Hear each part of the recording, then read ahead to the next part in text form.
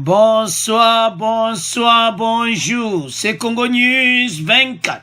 Chers téléspectateurs, comme toujours avant de commencer notre émission, nous disons merci à Dieu. Nous disons merci à nos chers abonnés et téléspectateurs qui nous suivent partout dans le monde entier et en RDC. Chers téléspectateurs, soyez les bienvenus dans l'émission Nabiso. À la une, chers téléspectateurs, FARDC, victoire, Bandeko Nanga, état de droit à marche à Beni. Bandeko, FARDC a progressé dans Ndenga Moukete, et puis a dû appuyer à Congolais, a dû appuyer ya communauté nyonso beaucoup yo kanebe église bazo prier pour la bango. Alors Bandeko Nanga toko développer ensemble. Deuxième point, chers téléspectateurs, état de droit. 29 musulmans condamnés à mort, Bandeko Makambo et l'état de droit va décider. Bazo kene prison. 29 prévenus condamnés à mort. Beaucoup yo kaba détail n'émission oyo.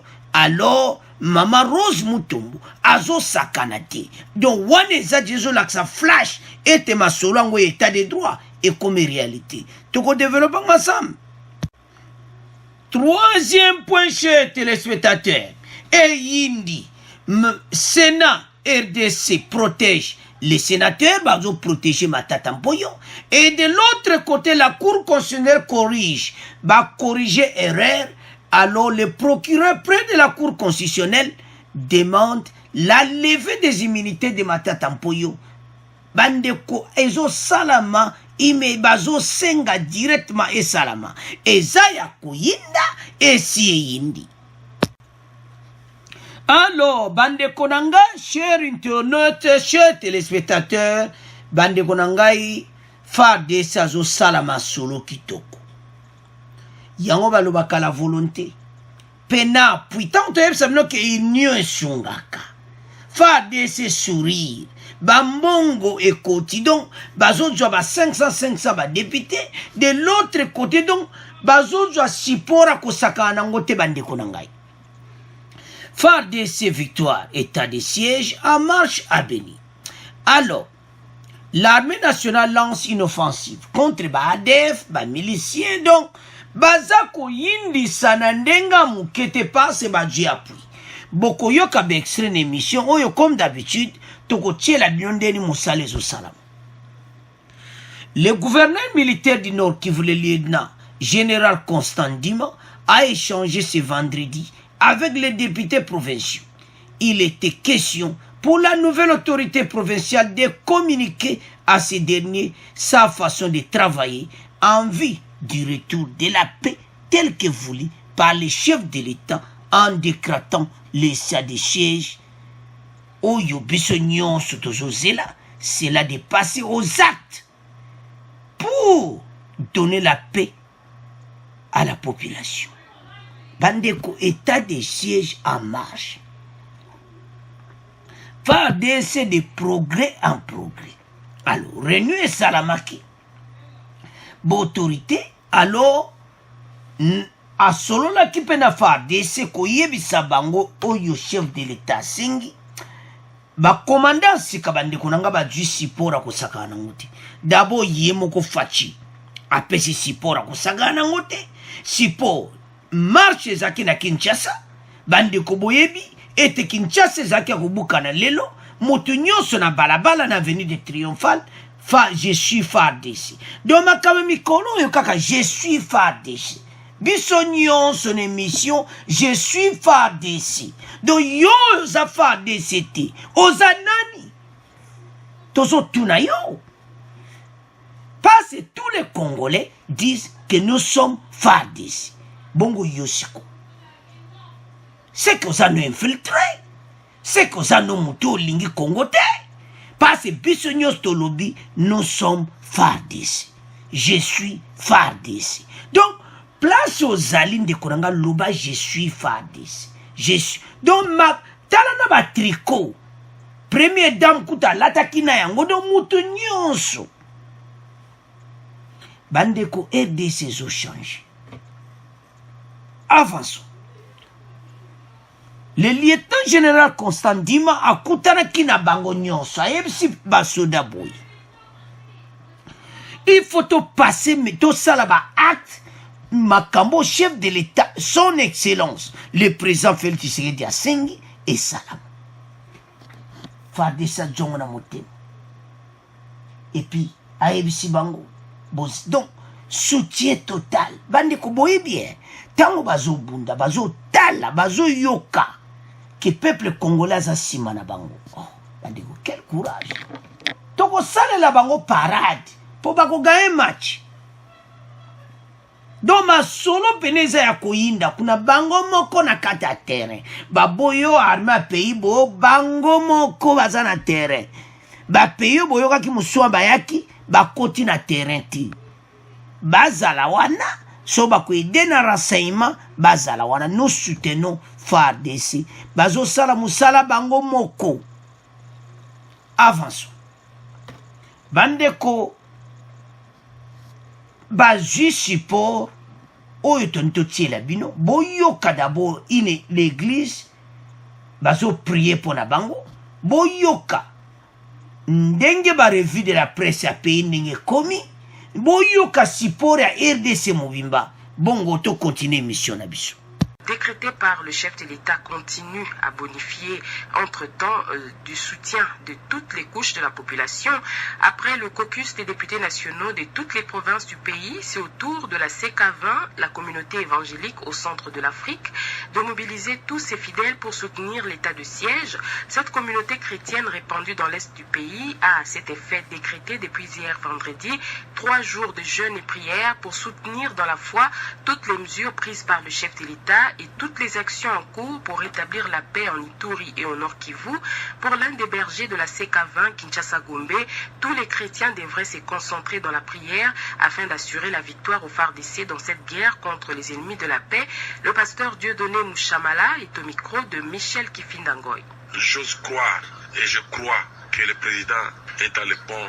Ça, c'est la sagesse et l'intelligence qui est venue de Dieu pour le décréter cet état de siège au nord et en Ituri dans notre pays. C'est pourquoi la CK20, communauté évangélique au sein de l'Afrique, a décrété pour aussi accompagner nos frères qui sont déjà au front là-bas et au travail, pour demander pour eux la force, pour demander pour eux la puissance, demander pour eux la grâce du Seigneur afin de travailler pour la paix dans notre pays, pour la paix dans l'est du Congo, pour la paix au nord Kivu, pour la paix en Ituri et pourquoi pour la paix au sud Kivu.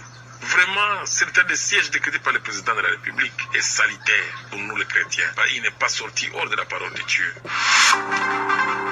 De son côté, le journal L'Avenir évoque l'intensification des opérations militaires consécutivement à l'état de siège. Selon le confrère du quotidien L'Avenir, ces opérations visent à anéantir tous les groupes armés tant nationaux qu'étrangers auteurs de l'insécurité, l'objectif étant, toujours selon le journal, de restaurer la paix et l'autorité de l'État dans cette partie de la République. Alors, chers téléspectateurs, nous avons suivi. Tolandi Bissognon comment Batu bazo supporter FARDC. Soutien total. Naba revue, naba journal, donc tout le monde a simaya FARDC. Bandeko, quelque chose va se passer à l'est. Parce que wana mute kangi pena makambo nyonso ya mboka. Parce que Kemia yangunde tozana besoin nango pour RDC et Salamasolo à Kitoko, monde etala nde fatia lobaki na Kolwezi, et le monde kalate bako tale la RDC. Bande koma kambo tozo loba, boko mona ba reality. Tozana président, oh déjà zo mona musika, mais yo peuple telema. Avançons. Nous appelons la population du Nord Kivu à s'approprier cette décision du chef de l'État, celle de passer aux actes pour donner la paix à la population. Il faut que cette population commence à dénoncer tout porteur illégal d'armes. Ou un message, il y a chef d'État et un major, ou il y a commandant, ou il y a Zako Salamou Salakoun. Donc, à l'Obiboui, il faut que la population commence à dénoncer tout porteur illégal d'armes. Bah, mon na arme, il faut pas checker. oza FARDC oza bamoni ale fo babenga bayebisa tomoni mutu mona munduki aza nani po FARDC aza na teni na ye. Alors avançons. De sensibiliser les jeunes gens égarés de revenir à la raison pour répondre à l'appel du chef de l'État, aller dans le programme de DRSI. Aebisi bango nyonso baza na zamba na ba jeune wana message netu azo répété et te ba quitter zamba balanda message à chef de l'État parce qu'il y a des ana bana biso ba kota na kata zamba makambo katoloba kana chaque émission. Gouvernement o esali 18 ans bayuka kobenda bambongo bake kobata makati ya parlement bango nyonso kuna kati ya Sénat bayibi bambongo pour Sénat protéger bango. Mais article moko jibango bande ko nouvelle kweyo balwaka breaking news metozo ya na pona suka matata mponyo dossier na yesi za bongo te erreur ezalaki ba corriger cour constitutionnel ba longola immunité na yi eza ya koinda esi yindi tozo ya na point toni ko bebisa ngote. Alors avançons. FARDC bazo passer mois moko pour le moment na soutien peuple bande ko mutu nyonso na vie soko du soutien salaka kitoko. FARDC azalaki abandonné na gouvernement pendant 18 ans ba paiement na bango kutu bazwaka bien te do soda pena donga bae na ye akosala nini na vi na ye amipesa na mosala mboka bafutaka ye te et tout ça ça s'était passé na pendant les 18 ans o eleki. Mais na FARDC azozwa masolo ne kitoko bazozwa mbongo na bango chaque mois et tout est bien fait. Avançons. Balobi bato yo pour qu'ils rentrent chez eux parce que les Balubé étrangers,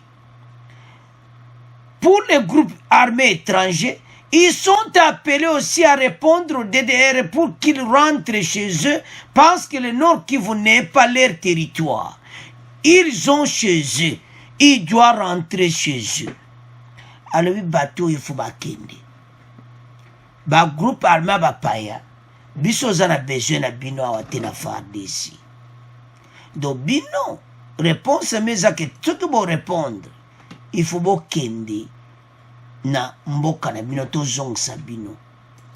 Pandeko eza mobulu parce que bitumba oyo eza bitumba moko Congolais nyonso afungoli miso nango. Donc mboka na biso il faut échanger. État de siège. Et tous les mesures politiques n'affectent aucune le paiement au bateau yo au to bazo sala kuna be paiement d'impôt tout ça bezo freiner mututi. Donc situation maintenant ezaki beni eza ya koyinda plusieurs officiers FARDC donc bazo sala musala kitoko mais ben nemi bazanga kati bato bazo trahir mboka bazanga kati sikoyo ba installer tribunal militaire kuna ezana ba officier mususu armé o bazako collaborer na ba ADF ba société bango pour mona ke biso ba congolais ezamawa do baza suspecti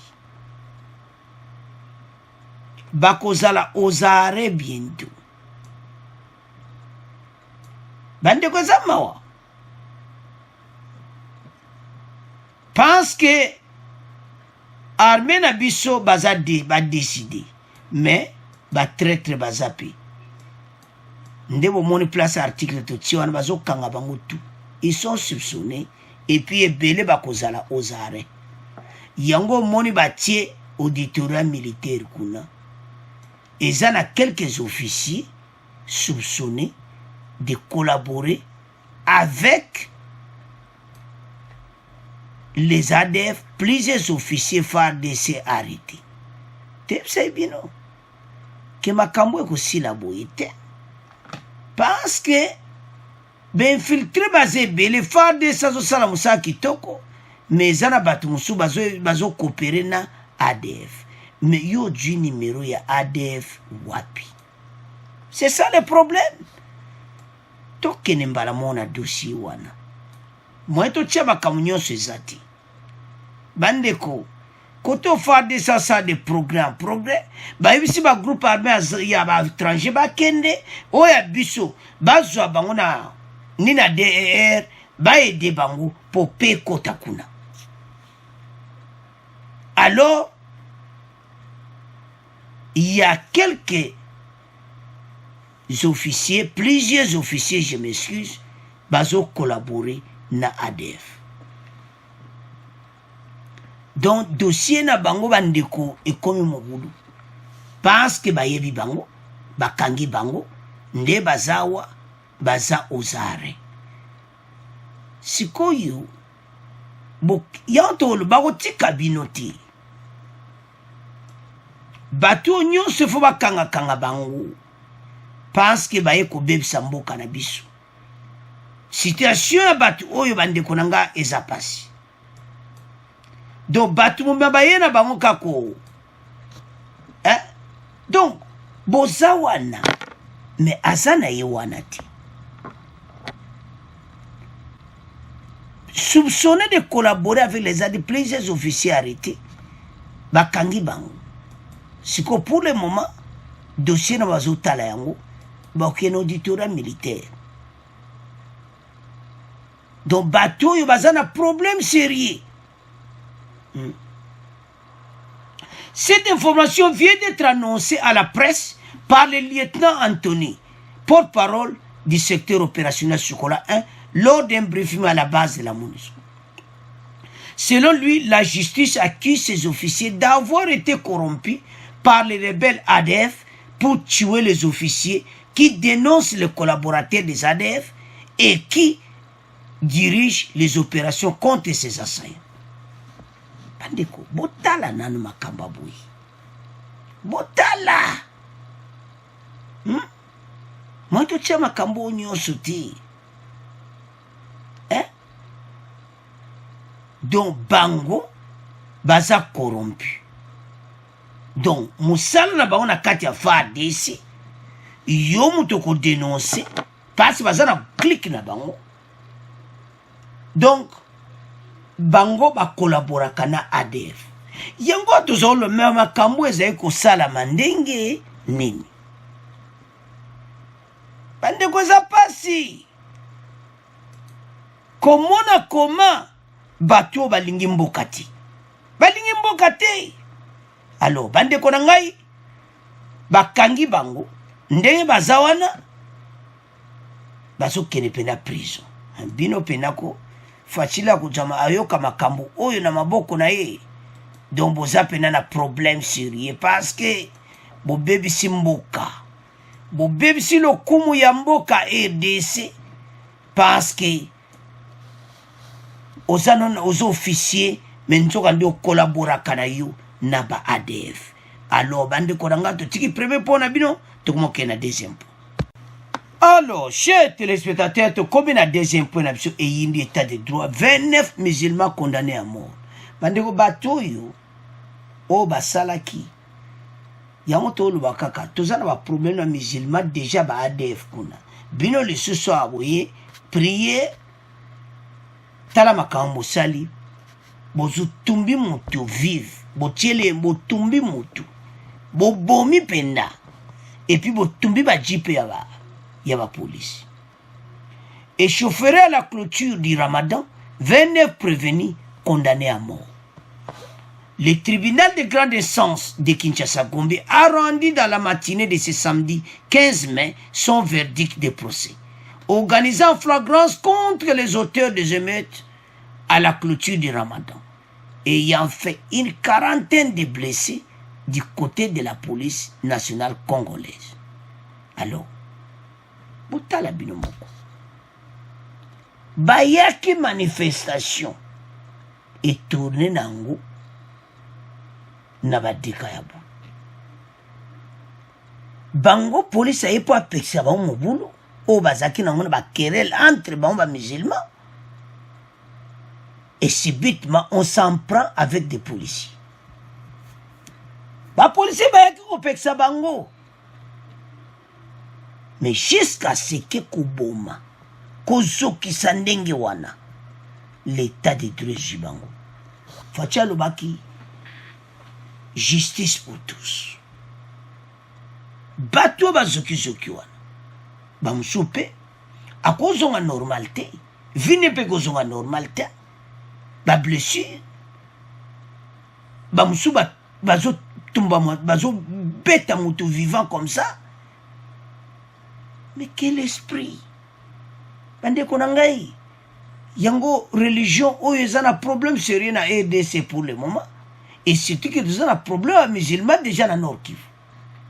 Il faut pas keba. Alors, état de droit masse, maman Rose Moutoumou, le bingana tikalisi mati. Nazo l'accent que l'état de droit en marche. Bande ko ba juste dernier des problèmes sérieux. Ah, écoutez, zango tamba commentaire beleti. Mais tout le baga ki bat ou il faut ba yoka.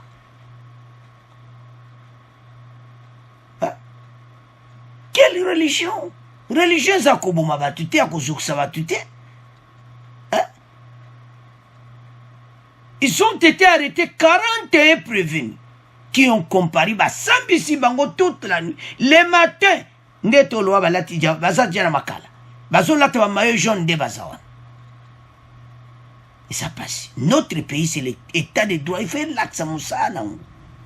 Condamné à mort. Bakobi matin, na vino bakotika la pas sur Abomutu. Police vivant. Hein? Batie moto. Ba jeep la police. Alors, sans plus tarder, Toyoka extrait Oyo. Bon, on continue mission. Madame, Messieurs, bonjour. Plusieurs fidèles musulmans condamnés à la peine de mort, certains à 5 ans de servitude pénale principale et d'autres acquittés. C'est la sentence prononcée à l'issue du procès des membres de la communauté islamique du Congo. Le verdict est tombé ce matin même à 5 heures de Kinshasa après une procédure de flagrance débutée hier devant le tribunal de grande instance de Kinshasa-Gombe.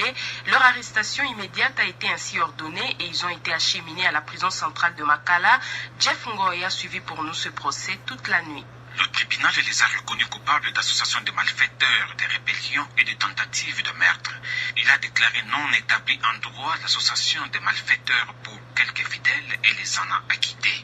Pour le groupe de mineurs, le tribunal s'est déclaré incompétent et ils seront remis à leur juge naturel. Pour les parties civiles constituées de policiers, Abdallah Mangala et d'autres particuliers victimes des actes de vandalisme, le tribunal a condamné les prévenus à les dédommager en ayant 15 jours avec des sommes allant de 2 000 à 50 000 dollars, selon les cas. Au nom d'Allah Akbar, une foule de musulmans venus clôturer le jeûne du Ramadan jeudi dernier au stade des Martyrs se sont rebellés contre les policiers après avoir été sommés de vider le stade à la suite des tensions.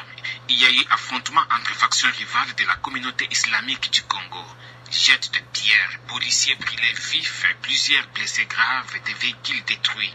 Les images ont suscité l'indignation dans l'opinion publique. Alors, chers téléspectateurs, nous avons suivi. Mboka, il faut justice, c'est ça, Moussa Laboui. C'est ça, où les Congolais bazakosela pendant les 20 ans. Exactement, que nous kangabato bakena bango marche ya politique. Où ezaki pendant, et eza au sali li kambaboui bakangi. Motala bato. Entre bango ba musulman bazaki kobunda. Police ya kopekisa binu bo banda kotumba. Bo banda kobuma, kobeta, bamabanga bandeko.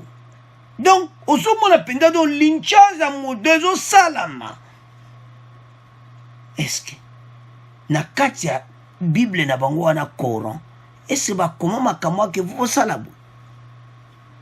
Pourquoi bango ba musulman ebele ba bebisaka religion na bango? Et ça kaka bango moko. Hein? Bango moko bazo paie sa réputation à ma veille. Alors, l'État congolais a dû me gêner, bon, moi, na porte-parole, il y a, na président, tout, il y a porte-parole à gouvernement écolo. Tout ça, et ça qui est tout côté. gouverneur jetini ngobila do moto nyonso présent na conférence de presse à koloba que oye salami toko accepter yango te. Donc il faut en parler, population ayeba. Il faut pas punir batu oyo na ndenga muketi bandeko basamisaki bango butu na donc à 5 heures du matin bakoti na cortège directement Makala. 29 sont condamnés à mort. On va casser bakanga bango te. Tout ça la police azamayela za bien informé. Bandeko gouvernement ba obenga gouvernement ba guerrier. Keba yonde koza na kwa RDC salama kamukito. Justice est occupée motuti. Tout le monde a ego devant la loi, on a sénateur, on a immunité parlementaire, bakolanda yo. Matata mpoyo alinga kima, soka coopérer na ba sénateur et yele ngai. Mais tout ça na point. Alors, batu oyo bakene ko sambela. Pourquoi tourner comme boy? Et comme batu bakufa, et comme biloka non, to boy yango na kata RDC. Congolais akufi mingi. Congolais azoki mingi. Alors il faut bana ko punir bato nyonso basala ka ba trouble. Bino bato basala ka ba trouble na RDC tala suite na. Bon aucun de prison. Ba musulman oyo basali ba policier bazoki na ndenga muketi.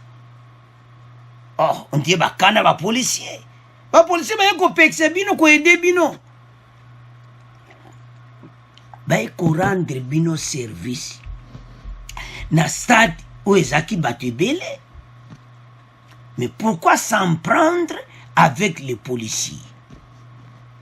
Alors, 29 musulmans sont condamnés à mort pour destruction méchante et association de malfaiteurs.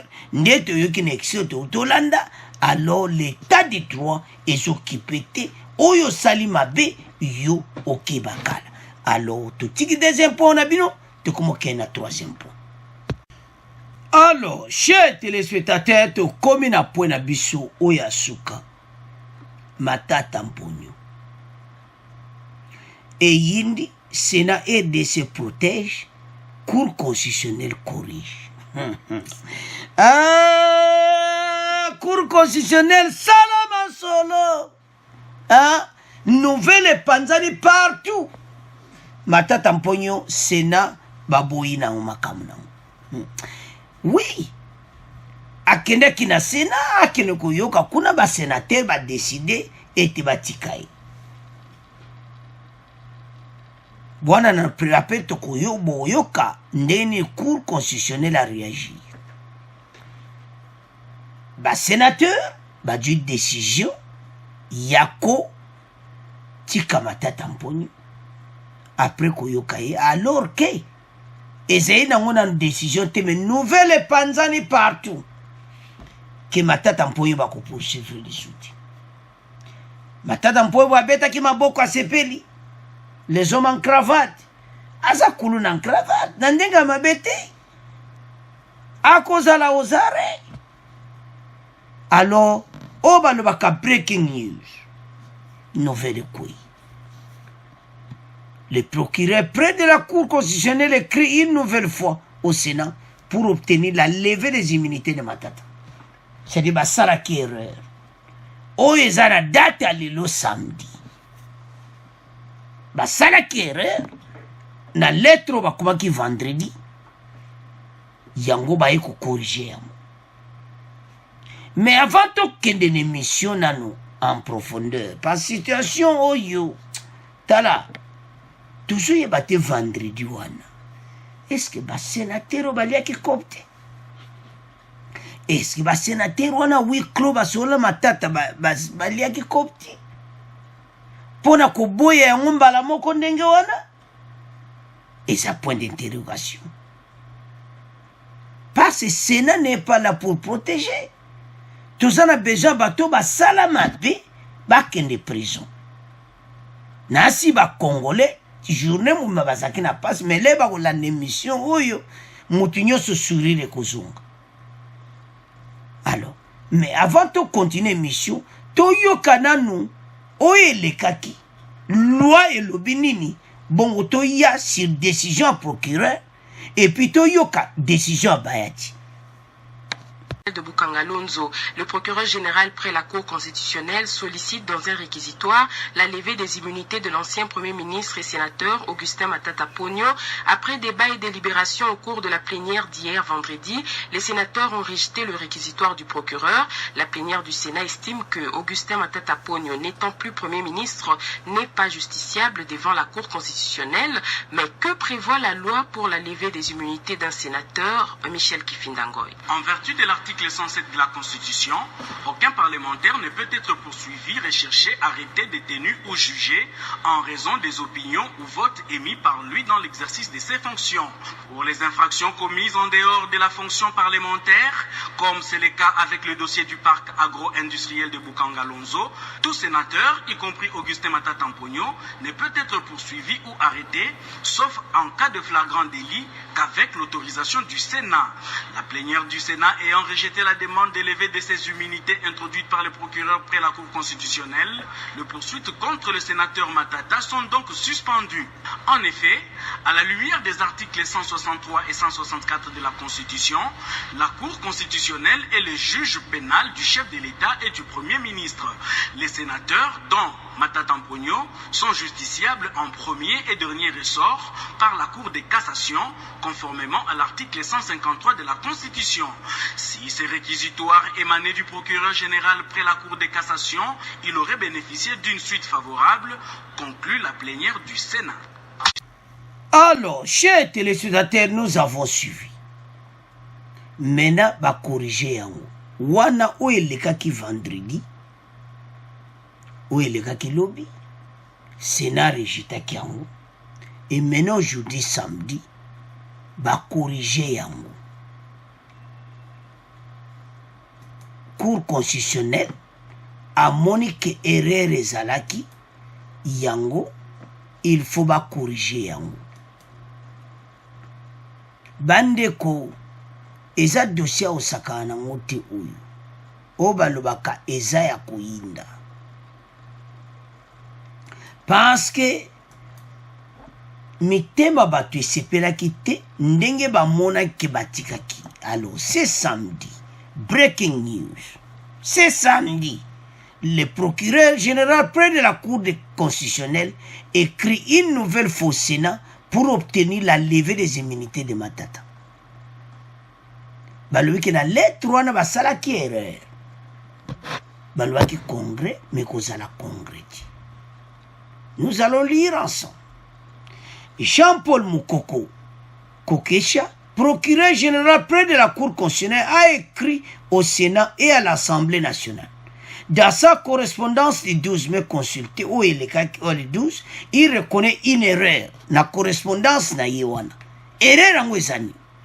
Une erreur dans sa première lettre, mais réitère les positoires tendant à obtenir l'autorisation de poursuite des députés nationaux, Louise Munga, Kumbu Kiala, et des sénateurs Matata Ponyo et Ida Kamonji dans le cadre du dossier Bukangalonzo.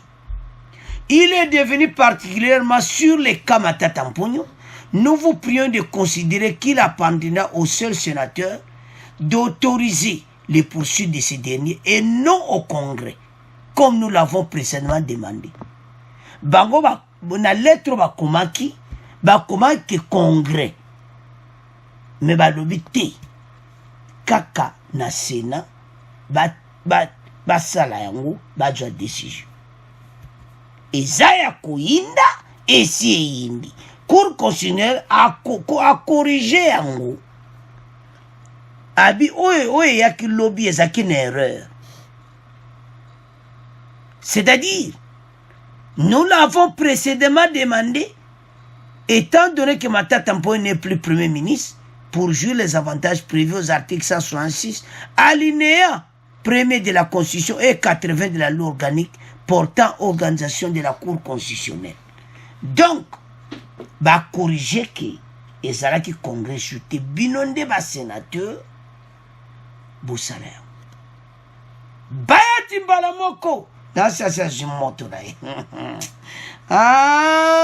bato kulu na cravate masolo na bino esili na EDC il faut bana kokanga bino en cascade mbala moko bayati ndebo moni na siwa bayati précise que le Sénat n'a pas encore décidé lelo samedi wana message à bayati ye moko président Sénat alobi mekoma mengana kozana problème sérieux parce que les toits nazo bon état de droit alors bayati aye alobi que oye salamaki le Sénat n'a pas encore décidé de la lever ou pas de l'immunité de Matata. Nous n'en sommes pas encore là. Alobi nan bangoti. Moi, je vais lire encore. Selon Bayati, le huis clos décrété hier n'a pas décidé du sort de Matata Mponyo dans le cadre du dossier Bukangalonzo. Nous étions devant un débat juridique. Yango. C'est-à-dire makambo et les gars qui wana ezaki erreur à cour constitutionnelle la lettre na bango. Bayati siko zo préciser pas ba congolais tetos à la calme. Parce que nouvelle ekwa ki batiki Matata ba landa ete motunyo salobi que Sénat zo protéger. Alors, je me demande na huis clos wana. Ce bateau ba laisse moi t'enveloppe et ce bateau va éviter que les Cambouanes il fallait à la bonne côté. Alors, Cour constitutionnelle va réagir. Nandenga Muketi.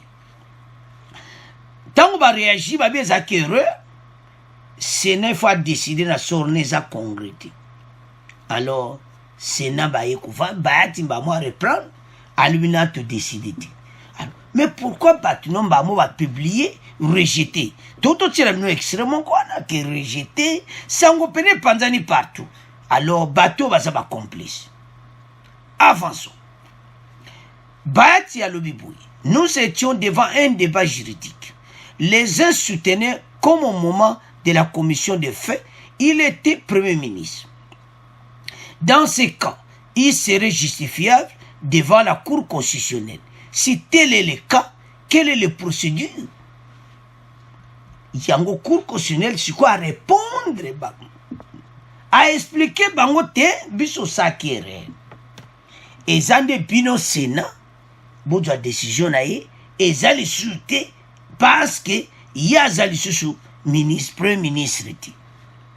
Alors, dans ces cas, il serait justifiable devant la Cour constitutionnelle si tel est le cas. Quelle est la procédure? D'autres soutenaient que pour le moment, il est le Premier ministre et en tant que sénateur, il est justiciable devant la Cour de cassation. Bah, le sénateur, le Premier ministre, parce que vous avez dit, débat, il y a un sous-Premier ministre, il y a un sénateur. Et ça, Sénat, vous avez décidé à la Cour de cassation. Et Zaya Koyinda et si Yindi. Donc, quelque part, Sénat n'a qu'à protéger. Alors, Cour constitutionnelle, comme les bango les sous-sous, qu'on tient clarité sur la Constitution. Que Cour cassation va décider son aïe. Ne serait-il pas mieux que ce soit le procureur général près de la Cour de cassation qui nous saisisse?